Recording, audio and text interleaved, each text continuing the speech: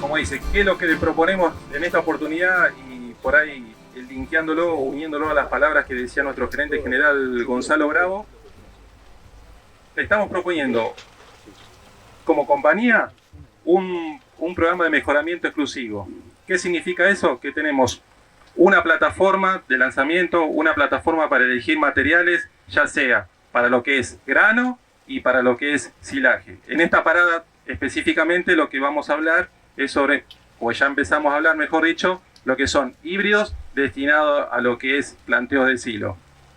Como verán acá, podrán ver que son materiales que ya los probamos, ya salen de desarrollo, pasan a una segunda etapa que es avance, lo probamos y realmente cuando lo trasladamos a campo ya sabemos que los resultados son, en cuanto a productividad y lo que es, como dice acá, el equilibrio justo con energía metabolizable, creemos que es la opción perfecta o la máxima combinación posible que le podemos ofrecer como compañía hacia ustedes en lo que respecta a la siembra de materiales para su planteo de silos. A su vez, también, continuando en sintonía con lo que es un programa de mejoramiento, probar los materiales, también brindamos como compañía un asesoramiento a campo, lo más cercano a ustedes o lo más cercano a los técnicos, tratando de dilucidar dudas o planteos que ustedes mismos como clientes nos hacen a la hora de sembrar o a la hora por ahí de comprar un material adecuado a sus planes de siembra. También, como compañía, quizás también lo han visto, está de aquel lado, un móvil de aptitud silera. Un compañero que recorre diferentes regiones lecheras o regiones donde se hace maíz para silo, donde arriba del móvil lleva un aparato que se llama AgriNIRS y que se dedica, una vez realizado el silaje o en el momento justo que se está confeccionando, a hacer mediciones de parámetros de calidad, concentración energética, porcentaje de materia seca, porcentaje de FDN, porcentaje de FDA, para que ustedes tengan, en lo posible, justo al momento de confeccionar el silo, tengan una idea de cómo viene ese material. A su vez también cuenta con una cámara termográfica que permite ver, digamos, en los silos que se han estabilizado, después de un tiempo, si hay algún punto de calor o algo que se le parezca.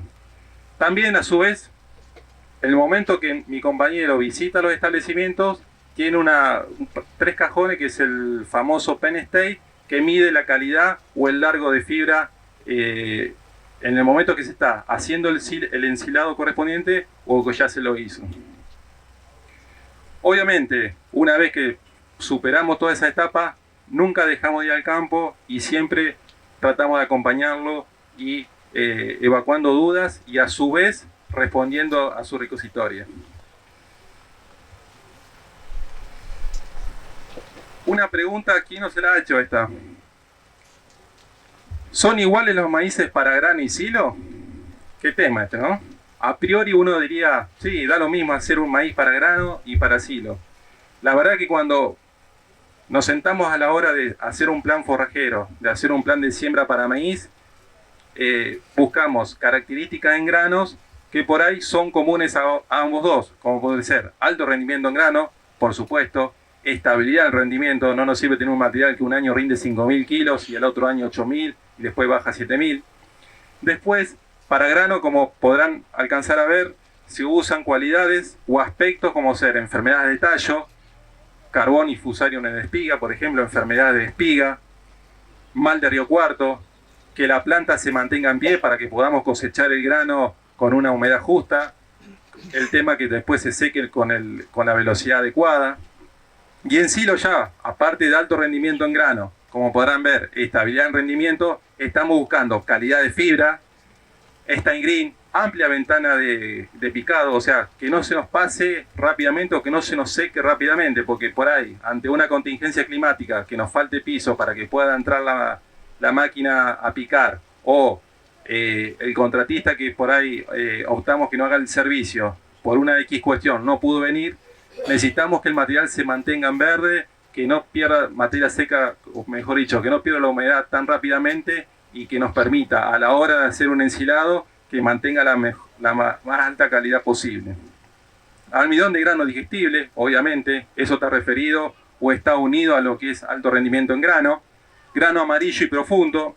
Grano amarillo porque por ahí tenemos granos que son, o materiales que son destinados al mercado para grano, que son anaranjado rojizo, y los híbridos que son destinados al mercado silero, que son de color amarillo. Eso está, por supuesto, unido a la cantidad de almidón y por ende a la concentración energética o energía metabolizable. A su vez también grano profundo. ¿Cuántos de ustedes nos preguntarán, che, mirá, yo necesito un grano profundo, o por ahí el grano por ahí capaz que yo no le doy tanta importancia? La realidad es que deberíamos darle la alta importancia. ¿Por qué? Porque al tener un grano profundo, ustedes después lo verán con mi compañero Claudio, nos permite que después, cuando ese grano pase por el craque, por lo menos que se parta. Porque si tuviéramos un grano más pequeño o más chico por ahí, el cracker no lo agarraría y pasaría entero y no lo aprovecharíamos con la máxima eficiencia posible a la hora de dárselo a nuestras vacas o a nuestros novillos. Y bueno, fundamentalmente enfermedades de espigas y enfermedades de hoja, un poco lo que yo les contaba con respecto a la calidad sanitaria en los maíces, como por ejemplo el 4580 en versión BT Triple Pro. Muchos de ustedes, cuando hablamos de materia seca, ¿qué es la materia seca? Cuando tenemos el cultivo como el que está atrás mío o el que está atrás de ustedes, eso es materia verde. Si a esa materia verde le sacamos el contenido de agua, nos queda un cultivo seco o lo que denominamos materia seca. ¿Me van siguiendo? En realidad lo que nosotros buscamos es cosechar la máxima cantidad de materia seca por hectárea, porque en realidad es lo que va a aprovechar la vaca o va a aprovechar el novillo. A su vez, esa materia seca necesitamos que sea digestible, es decir, que sea, una vez que está en el estómago, que está en la panza, que está en el tracto digestivo del animal, sea aprovechada con la máxima eficiencia posible. Como verán, y un poco volviendo a lo que yo les decía sobre el programa de mejoramiento, hacemos ensayos, hacemos experimentos en nuestra estación de Zavalla y en otras zonas, por ejemplo, zona Rafaela, zona de Villa María, donde están las cuencas lecheras, en zona de Buenos Aires también. Acá les traigo a colación, por ejemplo, 2 fechas de siembra y materiales distintos. Fíjense en lo que tienen las estrellitas, cómo se comportan. En una fecha de octubre, el 4360, en versión gel stack, este es otro híbrido. Después, cuando lo llevamos a una siembra tardía, fíjense cómo varía la cantidad de materia seca digestible. Eso es un comportamiento que tiene el material y que también nos ayuda a la hora de tenerlo en cuenta para la elección. Y finalmente, a lo que a mí respecta, aquí les presento de nuevo lo que es el 4020, pero en versión Viptera 3. Este es un material exclusivamente silero que la compañía lanzó a partir de esta campaña para siembras tardías o siembras de segunda. Es un material que quizás muchos de ustedes lo conocerán, pero en su versión GL Stack. Ahora la compañía le ofrece la versión Viptera 3 justamente para siembras. Para aquellos que buscan protegerse de lo que es el gusano cogollero o Spodoptera, o evitar hacer alguna aplicación de agroquímicos, bueno, la compañía les presenta este material. Exclusivamente silero, recuerden, 4020 Viptera 3.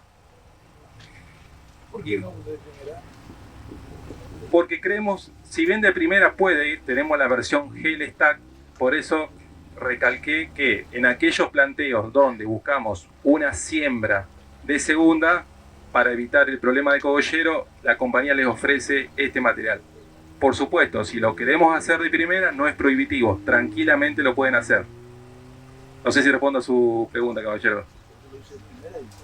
Por eso, lo que pasa es que en primera tenemos el KM4020 en versión Gel Stack, y para sí, que es otro tipo de evento que nos da la protección contra gusano cogollero, y en siembras tardías o de segunda, tenemos el material KM4020 en versión Viptera, que por ahí nos da un poquito más de protección.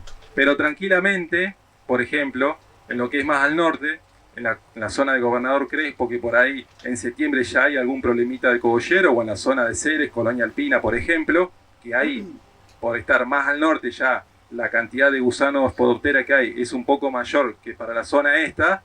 Puntualmente, ese material tranquilamente puede andar en siembras de primera.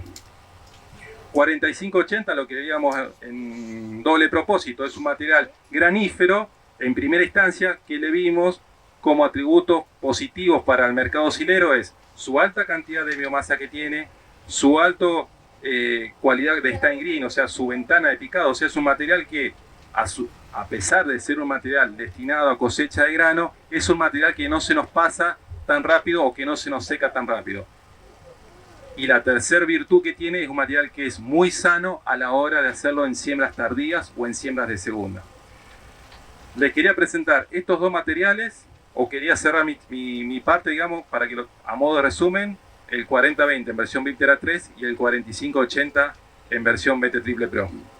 ¿Alguna consulta? Después yo voy a estar por acá, así que no duden en volver y recorremos los materiales juntos y tratamos alguna cuestión especial. Ahora le paso la posta a mi compañero Claudio Rasquín de la Facultad de Villa María para que les diga, pase otras filminas.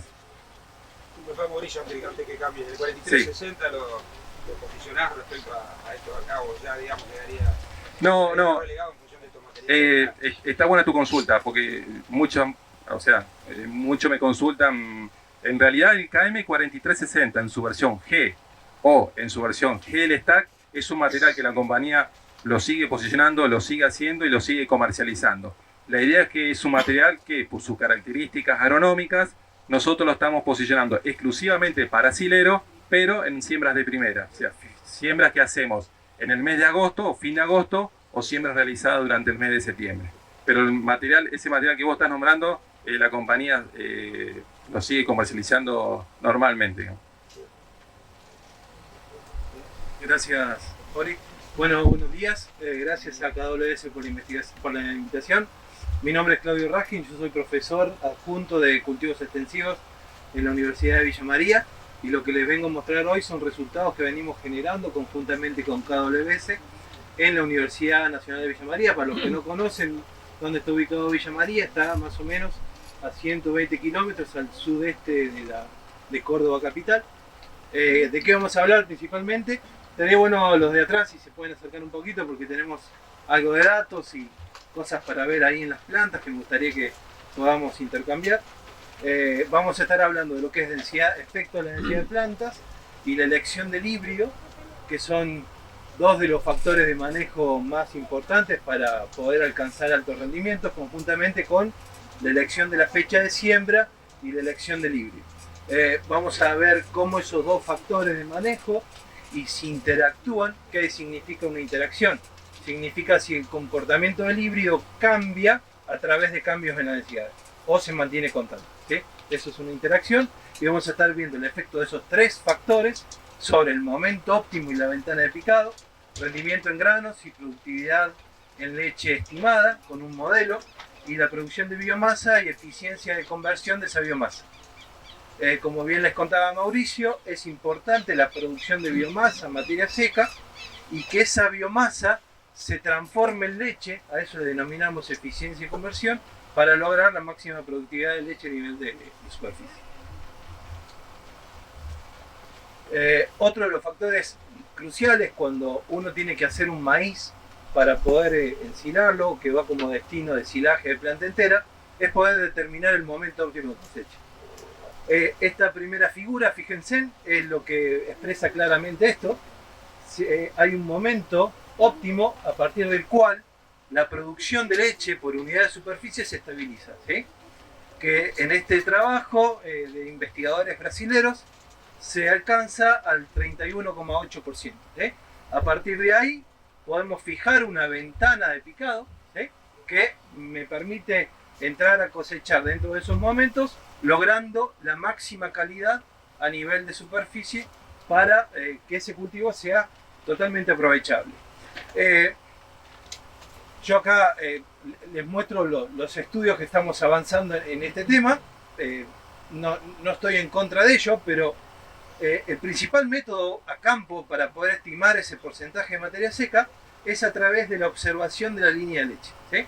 Muchos de ustedes, si es que lo hacen, van al campo, sacan la espiga, la cortan al medio y ven la altura de la línea de leche, ¿sí?, cómo va avanzando, y más o menos cuando la línea de leche está a mitad de línea de leche o está el 75% de línea de leche, es el momento óptimo para entrar a cosecha.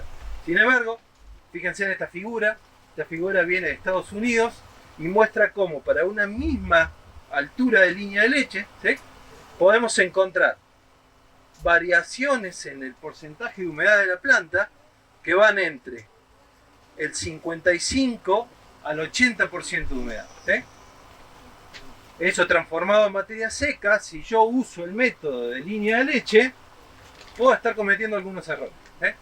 Entonces, estamos trabajando sobre este tema, estamos tratando de encontrar cuál es algún método más práctico como para determinar fehacientemente el porcentaje de materia seca. El mejor y el que no le erramos es cosechar, mandar a microondas o a estufa, sacarle todo el agua, pesar, ¿sí?, 3 días seguidos, 4 o 5 días seguidos, para ver si el peso se mantiene constante. Por diferencia, calculo cuál es el porcentaje de materia seca que tenemos. ¿Sí? Yo entiendo que cuando tenemos 1000 hectáreas, 2000 hectáreas, no podemos estar cosechando tantas veces porque se nos va de las manos, ¿no? Pero estamos trabajando en eso, queremos empezar a indagar en imágenes satelitales para ver si a través de algún índice espectral podemos determinar el porcentaje de materia seca de manera rápida. Y podemos entrar a planificar mejor lo que es el ingreso de la maquinaria a tal o cual lote, ¿no? Porque después les voy a mostrar algunos resultados, hay muchas diferencias, como lo muestra esta figura, ¿sí?, de que el mismo híbrido o el manejo agronómico de ese mismo híbrido puede estar generando diferencias importantes en ese porcentaje de materia seca. Estas diferencias que yo les muestro acá son determinadas por el manejo agronómico, como es la fecha de siembra, la densidad de plantas y el genotipo. Principalmente el genotipo, si es stay green versus no stay green. Stay green es como acá lo muestran las plantas, fíjense. Stay green significa que en un momento determinado puede tener mayor cantidad de hojas verdes o menor cantidad de hojas verdes o prácticamente una planta seca. Fíjense, es el mismo híbrido, es la misma fecha de siembra. Lo único que varía es la densidad de plantas, 50.000, 63.000 plantas y 76.000 semillas por hectárea. ¿Sí? La semilla por hectárea no es planta final a cosecha. Y fíjense cómo solamente modificar la densidad modifica el stay green. ¿Sí? ¿Qué otra cosa modifica? A ver, ¿qué ven ustedes que modifica la densidad? Vamos, fuerte, a ver, ¿cómo? El tamaño de espiga. El tamaño de espiga. ¿Y qué otra cosa más? Cantidad de espigas por unidad de superficie. ¿Sí? ¿Por qué? Porque aumenta la densidad. ¿Sí? Acá, si el rendimiento se me cae a través de aumento de densidad, va a depender de la cantidad de espigas que tengan por unidad de superficie y la cantidad de granos que pueda fijar por espiga. El juego, la compensación me va a decir si el rendimiento va a aumentar o va a caer, o si ese material va a responder a la densidad, como vamos a mostrar en una figura más a continuación. ¿Qué otra cosa más? Fíjense, diámetro de tallo basal.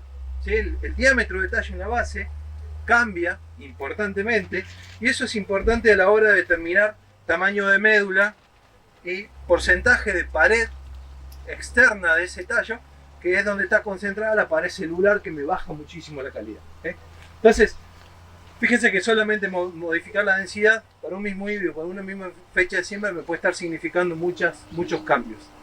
Y sobre todo que si hacemos si chipeamos esta planta y la mandamos a estufa, los contenidos de humedad van a ser totalmente distintos. ¿Sí? Acá prácticamente puedo tener un valor de porcentaje de materia seca un tanto más bajo que en estas otras situaciones, porque tengo más agua en la base de los tallos y porque tengo hojas todavía verdes. ¿Sí? Eso me da la chance de poder tener una ventana de picado un poco más amplia. ¿Está?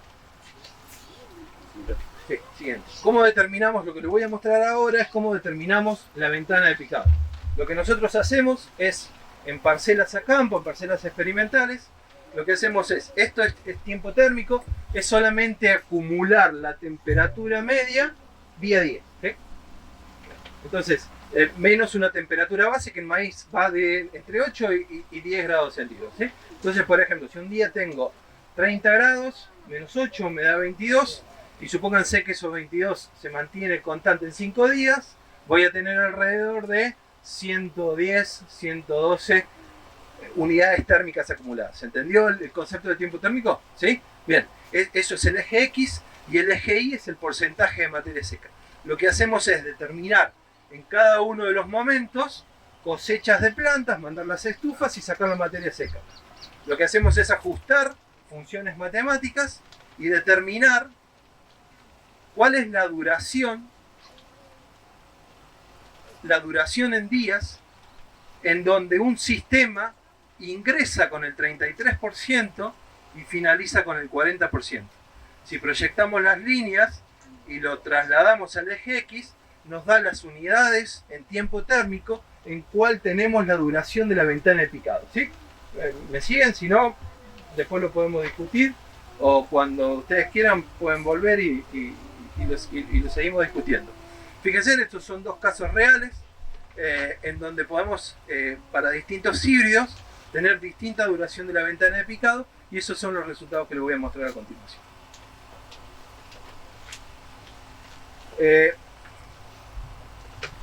Los valores calculados de ventanas son los que están ploteados acá. Estos son los ensayos en Villa María para fechas de siembra tardía, ¿sí? Esto más o menos va del 15 al 20 de diciembre. Y fíjense qué interesante. Los dos gráficos de arriba, ¿sí?, fueron generados para un año niña con muy pocas precipitaciones. Fue una de las campañas más secas de la historia en Villa María. Y fíjense cómo atrasar la fecha de siembra, pasar de octubre a diciembre, me permite tener una ventana de picado mucho más prolongada, ¿sí? Acá nuestra hipótesis es que la floración es puesta en febrero. Acá la floración la estoy poniendo en diciembre. El llenado de granos ocurre con mucha temperatura, ¿sí? Mucha radiación, a comparación de una fecha de siembra tardía. Entonces el llenado de grano transcurre con menor demanda atmosférica, menores temperaturas, entonces la pérdida de agua de la planta es mucho más lenta, ¿sí? Entonces puedo lograr una ventana de picado mucho más prolongada. La fecha de siembra fue un factor importante en ese estudio, y el otro factor importante fue el híbrido. Y esto es lo que nos interesó, porque hasta el momento no se conocía mucho de estos resultados, y empezamos a encontrar que en general podemos tener para un año muy seco una diferencia entre híbridos, todos sembrados a la misma fecha, una diferencia de 5 días en ventana de picado. Es decir, puedo pagar mucho el costo si tengo, por ejemplo, este híbrido con una ventana de picado de 7 días, en donde si entro muy tarde, no me va a quedar otra de bajar plataforma, ¿sí?, para poder meter un poco más de agua al silo, porque estoy cosechando con valores de porcentaje de materia seca muy alto, ¿sí? Y usar cracker, que eso me va a acarrear un costo adicional en combustible, ¿sí? En cambio, si tengo estos otros materiales, puedo tener la chance de tener más flexibilidad a la hora de entrar en el lote, porque no me llegó la máquina o que tenga problemas de piso. Cuando repetimos el ensayo, este fue un caso donde modificamos densidades de plantas, 5, 7 y 9 plantas por metro cuadrado. Esto es a cosecha, y probamos estos 4 materiales. Esto es un híbrido de otra empresa para ponerlo como testigo, y lo que encontrábamos es que aún cuando cambiamos el régimen hídrico, al año siguiente en Villa María fue una de las campañas mejores de la historia en términos de precipitaciones, y fíjense que estamos encontrando un poco los mismos resultados. Más o menos hay una diferencia de 7 días en prolongación de ventana de picado entre un set de híbrido versus otro set de híbridos. Y otra cosa que encontrábamos interesante, que al aumentar la densidad de planta nos reducía la duración de la ventana de picado, un poco en coincidencia con lo que estamos viendo acá, ¿no?, y que les comentaba anteriormente. Pasamos a la siguiente. Terminamos ventana de picado ahí. Ahora yo quiero mostrarles los resultados que encontramos en cuanto a rendimiento en granos. Y fíjense un poco, Mauricio les contaba si era lo mismo manejar desde lo agronómico un híbrido que va para destino a grano o para destino a silo. Sí, lo mismo. Es lo mismo, elijo el mismo para hacer silo grano, lo manejo de la misma forma. Un poco eso vamos a discutir ahora. Y fíjense en cómo cuando yo voy a querer obtener granos, estos son los datos para la campaña del año niño, y fíjense, logramos un rango de rendimiento entre las 6 a las 14 toneladas, eso es ajustado al 14,5% de humedad, y fíjense cómo es muy variable la respuesta de los materiales a la densidad. Entonces, primer mensaje, antes de comprar un híbrido, lo que tengo que saber es cómo responde a cambios en densidad. Porque fíjense en los símbolos celestes o los símbolos negros. Si no conozco cómo es la densidad óptima agronómica o biológica de ese material, la densidad, puedo estar pasando de lograr 14 toneladas o 6 toneladas solamente por ajustar más la densidad. ¿Sí? Seleccionarla, la densidad, y después lograr que el planteo de la siembra sea logrado en términos de espacio entre plantas y lo que sea la emergencia de todas las plantas al mismo momento. ¿Sí? Esto es interesante y lo que principalmente muestra es esa fuerte interacción en la cual algunos híbridos rinden muy bien a densidades intermedias y otros híbridos presentan una fuerte caída del rendimiento con solamente aumentar 2 plantas por unidad de superficie. Cuando vamos a ver, Gastón, por favor, pasame la otra. Cuando vamos a ver para ese mismo ensayo lo que fue la productividad estimada a partir de lo que me genera el silo, a través de FDN, FDA, almidón, proteína y demás, podemos estimar la productividad en litros de leche por unidad de superficie. Y fíjense de vuelta, aumentos en la densidad me están generando un plus en esa productividad por unidad de superficie. Entonces acá el primer mensaje que yo les puedo dejar es, primero, si voy a destinarlo para grano, tengo que saber cuál es la respuesta del híbrido a la densidad.